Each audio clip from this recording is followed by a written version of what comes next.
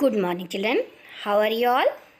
मैं अनीता घोष आज आप लोगों का लेसन नंबर 10 झांसी की रानी रीडिंग भी करूंगी और साथ में एक्सप्लेन भी करूंगी। वो इसलिए क्योंकि ये कविता बहुत ही लंबी है। वैसे मैंने इसे आपको प्रोजेक्ट में दिया है, फिर भी आपको ये लेसन मैं समझाऊंगी। तो आज हम लोग पढ़ेंगे लेसन नंबर 10 झांसी की रानी। ये जो कविता है आपकी झांसी की रानी, इसमें झांसी की जो रानी थी, यानी कि जो उनका नाम था झांसी की रानी, उनका नाम क्यों पड़ा, इस कविता में आपको मैं बताऊंगी।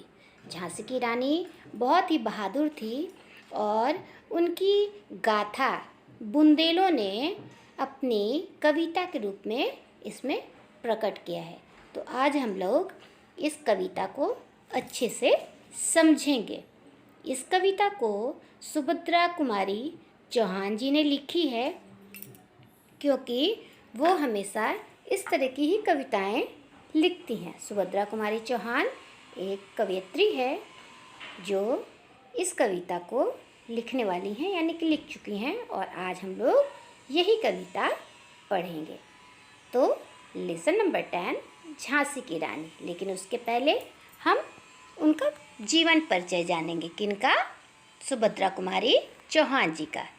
तो प्रस्तुत कविता हिंदी भाषा और साहित्य की प्रसिद्ध कवित्री श्रीमती सुभद्रा कुमारी चौहान द्वारा लिखी गई है। इनका जन्म उत्तर प्रदेश के इलाहाबाद जिले में हुआ था।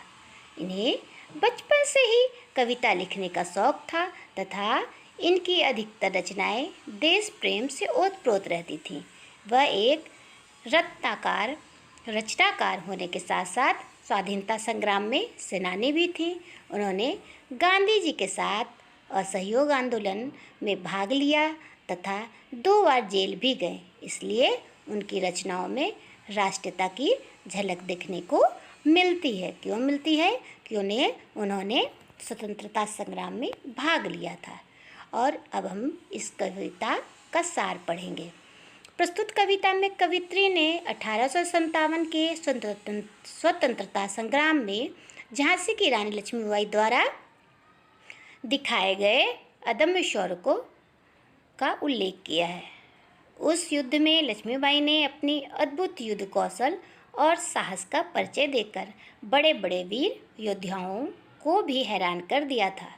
उनकी वीरता और पराक्रम से उनके दुश्मन भी प्रभावित थे। उन्हें बचपन से ही तलवारबाजी, घुड़सवारी, तीरंदाजी और निशानेबाजी का शौक था।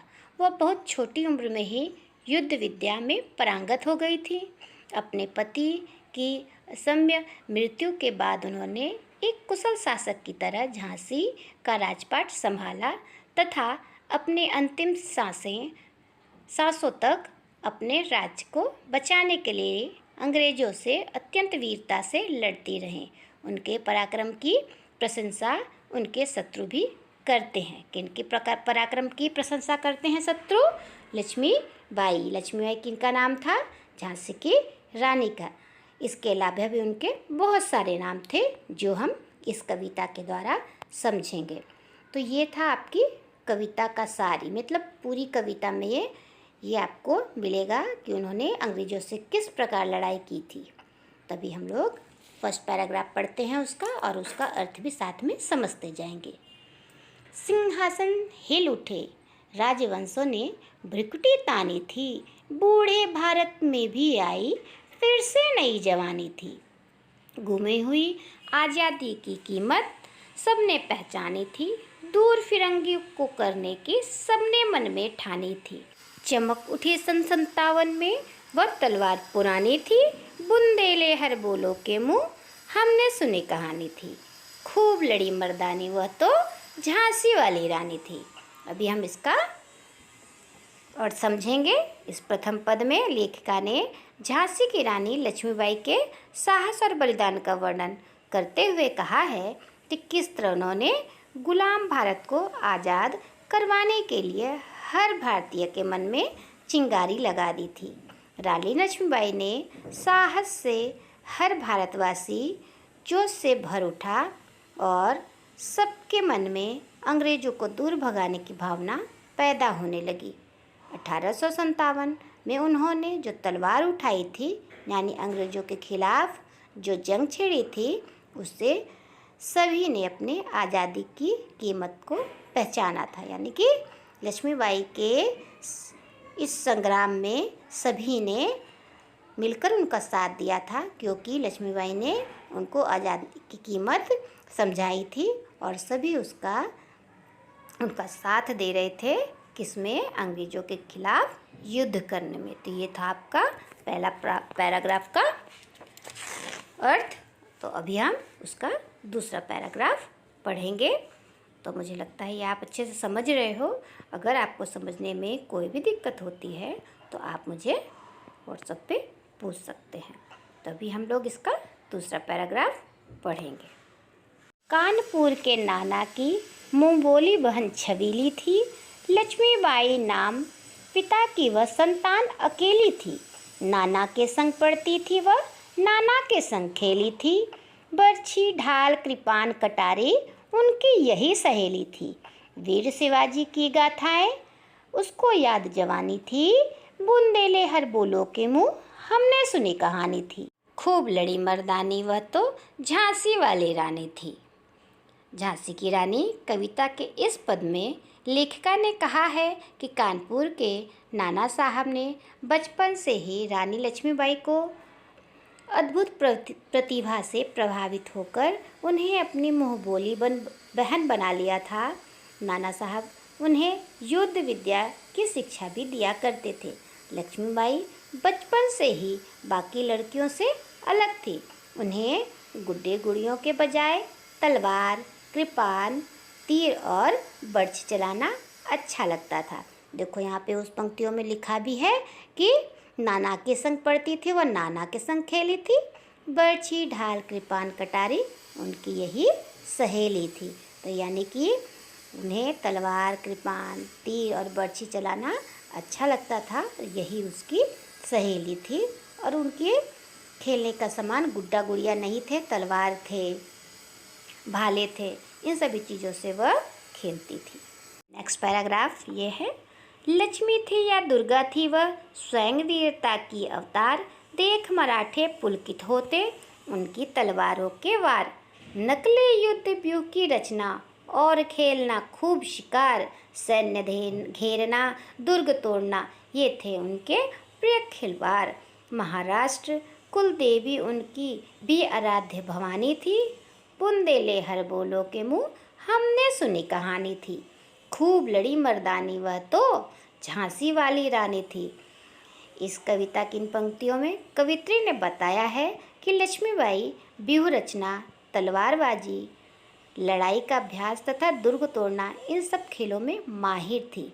मराठाओं की कुल देवी भवानी उनकी भी पूजनीय थी। वे वीर होने के साथ साथ बहुत बहादुर भी थी। अभी नेक्स्ट पैराग्राफ पढ़ते हैं। हुई वीरता की वैभव के साथ सगाई झांसी में। ब्याह हुआ रानी बन आई लक्ष्मीबाई झांसी में। राजमहल में बजी बधाई, खुशियाँ छाई झांसी में। सुबट बुंदेलों की विरुदावली सौव आई झांसी में। चित्रा ने अर्जुन को पाया, शिव से मिली भवानी थी। बुंदेले हर बोलो के मुँह हमने सुनी कहानी थी। खूब लड़ी मर्दानी वह तो झांसी वाली रानी थी। इस कविता के इस पद में कवित्री ने लक्ष्मीबाई के झांसी के राजा श्री गंगाधर राव के साथ विवाह का उल्लेख किया है। उनकी जोड़ी को शिव पार्वती और अर्जुन चित्रा की उपमा दी गई है। उनके आने से झांसी में खुशियाँ और सौभाग्य आ गया था।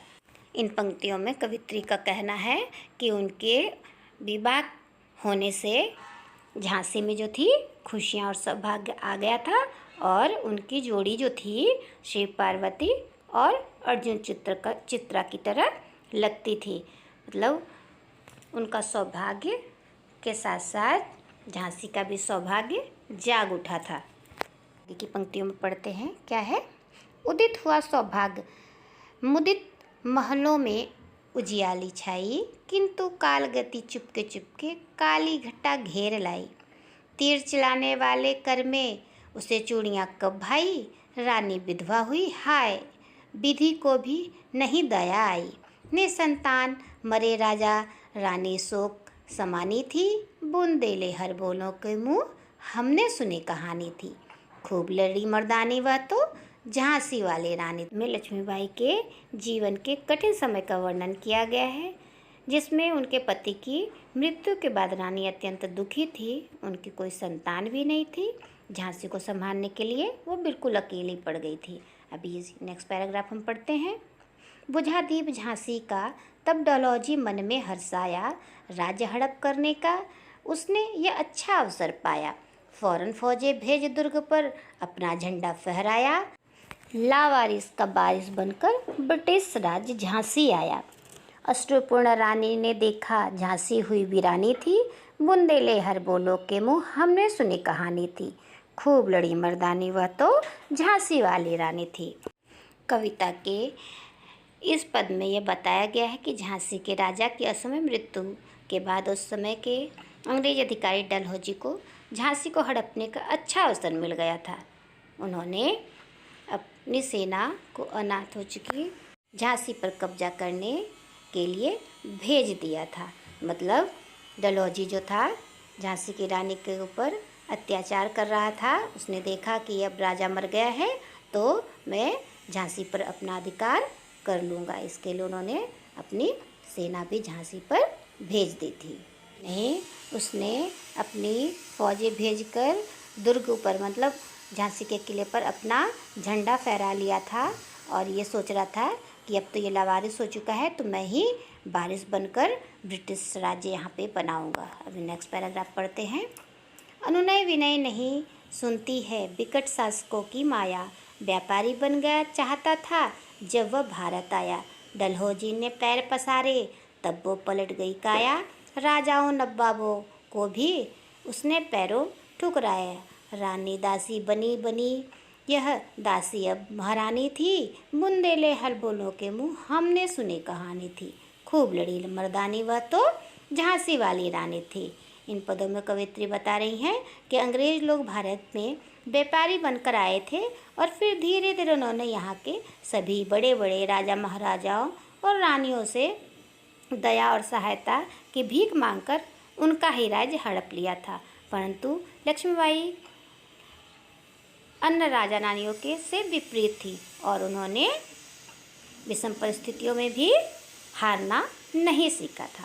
अभी आगे के पदों को पढ़ते हैं। छिनी राजधानी दिल्ली की, लिया लखनऊ बातों बात, कैद पेशवा था बिठुर में, हुआ नागपुर का भी घात।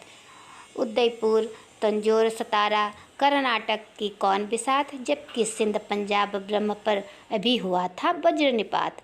बंगाली मद्रास आदि की भी तो यही कहानी थी, बुंदेले हर बोलों के मुँह हमने सुनी कहानी थी। खूब लड़ी मर्दानी वह तो झांसी वाली रानी थी। इन पदों में कवित्री ने सभी राज्यों की चर्चा की है जिन्हें अंग्रेजों द्वारा हड़प लिया गया था, जो कि निम्न है। मतलब कि कौन कौन से राज्य हैं? दिल्ली, लखनऊ, बिठूर, नागपुर, उदयपुर, तंजौर, सतारा, कर्नाटक, सिंध प्रांत, पंजाब, बंगाल और भी अनेक राज्य जो कि आपके पैराग्राफ में लिखे हुए हैं, उन पर उन्होंने अधिकार कर लिया था। अभी नेक्स्ट पैराग्राफ। रानी रोई रानी वासों में, बेगम गम से थी बेजोर, उनके गहने कपड़े बिकते थे कलकत्ते के बाजार। सरेआम नीलाम छपते थे अंग्रेज़ों के अखबार, नागपुर के जे पर ले लो, लखनऊ का ले लो, नौलखा हार। यों पर्दे की इज्जत परदेसी के हाथ बिकानी थी, बुंदेले हर बोलो के मुँह हमने सुनी कहानी थी। खूब लड़ी मर्दानी वह तो झांसी वाली रानी थी।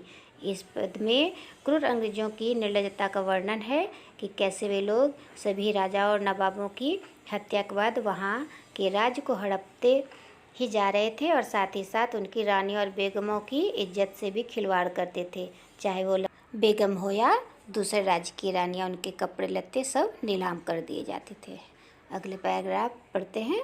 कुटियों में थी विषम वेदना, महलों में आहत अपमान, वीर सैनिकों के मन में था अपने पुरखों का अभिमान। नाना धुंधुपंत पेशवा जुटा रहा था सब सामान, बहिन छवीली ने रणचंडी का कर दिया प्रकट आह्वान हुआ यज्ञ प्रारंभ। उन्हें तो सोई ज्योति जगानी थी, बुंदेले हर बोलो के मुँह हमने सुनी कहानी थी। खूब लड़ी मर्दानी वह तो झांसी वाली रानी थी।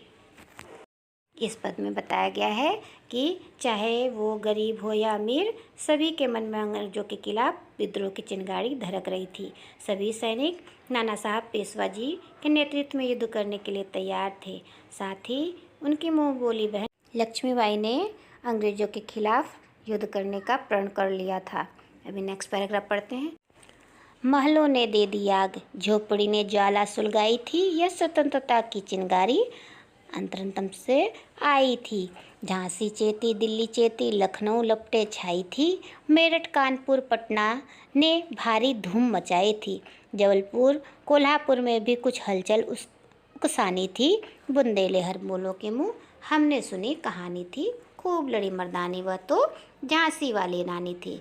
इस कविता के इस पद में यह बताया गया है कि विद्रोह की चिंगारी देश के हर राज्य में सुलग रही थी, चाहे वह झांसी हो या लखनऊ।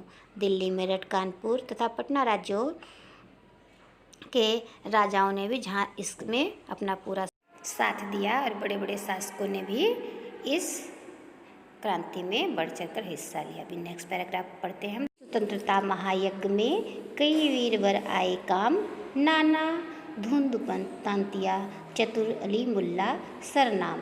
अहमद शाह मौलवी ठाकुर कुंवर से सैनिक अभिराम, भारत के इतिहास गगन में अमर रहेंगे जिनके नाम। लेकिन आज जुर्म कहलाती उनकी वो जो कुर्बानी थी। बुंदेले हर बोलो के मुँह हमने सुनी कहानी थी। खूब लड़ी मर्दानी वह तो झांसी वाली रानी थी।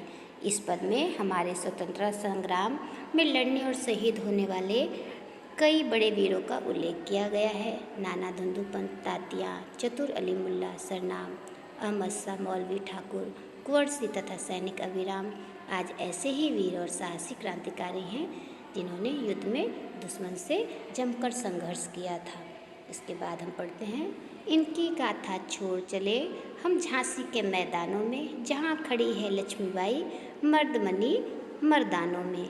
लेफ्टिनेंट वाकर आ पहुँचा आगे बढ़ा जवानों में, रानी ने तलवार खींच ली हुआ दिंद आसमानों में। जख्मी होकर वाकर भागा उसे अजब हैरानी थी, बुंदेलों के मुँह हमने सुनी कहानी थी। यहाँ इन सभी वीरों के अलावा वीरांगना रानी लक्ष्मीबाई की वीरता का परिचय है। रानी ने झांसी में हुए युद्ध में जब लेफ्टिनेंट वाकर को अंग्रेजों की तरफ से जो युद्ध करने आया था उससे लड़ने के लिए अकेली झांसी की रानी तैयार हो गई और उसके लिए वही काफ़ी थी। उन्होंने दोनों हाथों से तलवार लेकर रणचंडी की तरह वाकर पर प्रहार किया। इस प्रहार से बुरी तरह वह घायल हो गया और रानी के शौर्य की चर्चा हर जगह होने लगी। आगे देखते हैं। रानी बड़ी कालपी आई कर 100 मील निरंतर पार, घोड़ा थक कर गिरा भूमि पर, गया स्वर्ग तत्काल से धार। यमुना तट पर अंग्रेजों ने फिर खाई रानी से हार, विजयी रानी आगे चल दी किया ग्वालियर पर अधिकार। अंग्रेजों के मित्र सिंधिया ने छोड़ी राजधानी थी, बुंदेले हर बोलो को मुँह हमने सुनी कहानी थी। खूब लड़ी मर्दानी वह तो झांसी रानी वाली रानी थी। इसमें कवित्री ने बताया है कि 100 मील घोड़े पर बैठकर अंग्रेजों को खदेड़ती हुई यमुना तट तक ले आई और अंग्रेज वहाँ रानी को से पराजित हुए, परंतु यहाँ पर उसके घोड़े ने वीरगति प्राप्त कर लिया, यानी कि वो मर गया। उसके बाद उन्होंने ग्वालियर पर अपना अधिकार जमाया। वहाँ के राजा सिंधिया ने अंग्रेजों के डर से उनसे मित्रता कर ली थी और अपने राजधानी को छोड़कर वहाँ से चले गए थे। मतलब इतनी अच्छे से रानी लड़ी थी कि सब उससे हार गए थे। आगे देखते हैं। विजय मिली पर अंग्रेजों की फिर सेना घिर आई थी। अब के जनरल स्मिथ सम्मुख था, उनके उसने मुँह की खाई थी। कान्हा और मदरा सखियाँ रानी के संग आई थी।